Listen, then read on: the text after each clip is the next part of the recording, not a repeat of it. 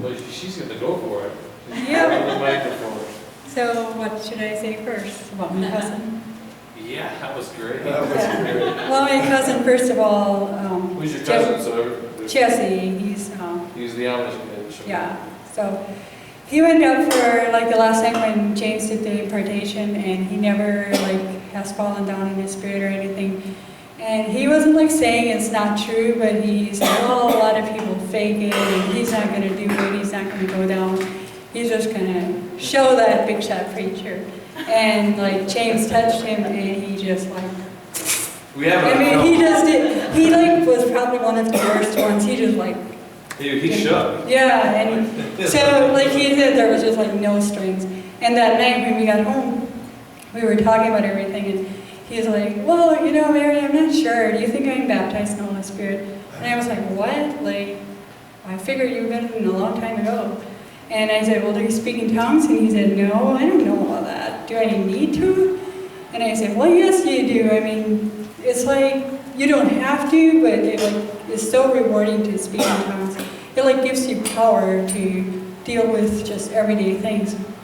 And he and his wife both just like, well, they're not sure about it. And I just kept bringing it up all night, teasing them about it. Like, yeah, the Amish people, when they start speaking in tongues, they're going to think they're insane for sure. And just like teasing them. And the next, he went to bed, and the next morning he got up, and the first thing he said was, Mary, what do you think happened last night?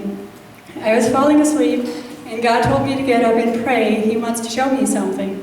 And I got up and knelt by the side of the bed because he said, I never thought about speaking in tongues. I just figured I'm supposed to pray about something. I'm going to speak in English. And I opened my mouth and I started talking in tongues. And he thought his wife was sleeping. So he thought nobody heard him, and his wife was like roaring. She's like, oh my gosh, that sounded just like Mary. It's so funny. I was like, you're next. So that was awesome. They've been pumped up ever since. So. Have you talked to him since? Yeah, but I have. They've been just, yeah. It was awesome.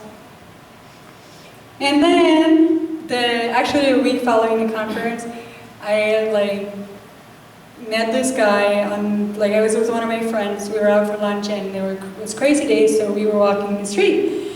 And we met this guy that was covered in tattoos. I mean, every area of his skin, like his arms, and I don't think he had any on his face. He probably did, because he was covered in tattoos.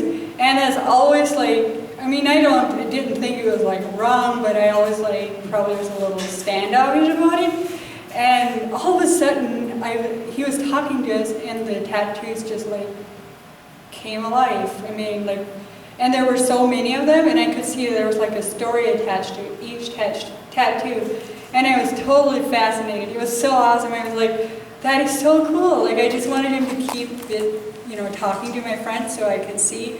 But he didn't long enough, and then after that, I met a few people, and I was just able to look at the tattoos and just read what God was saying to them or what the tattoo meant to them. So that was awesome. What did they say?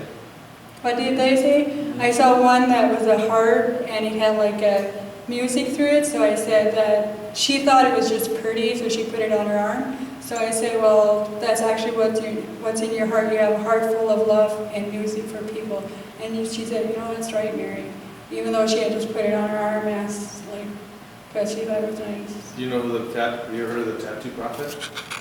I've heard it about since. Anybody heard of the Tattoo Prophet? Uh-huh. You heard of it? No, it's a real guy. He walks beaches, California. I think Venice Beach is a big place he likes to go. And he says, he walks up to people and he says, I see your tattoos, can I give you a spiritual reading? He's a Christian, of course.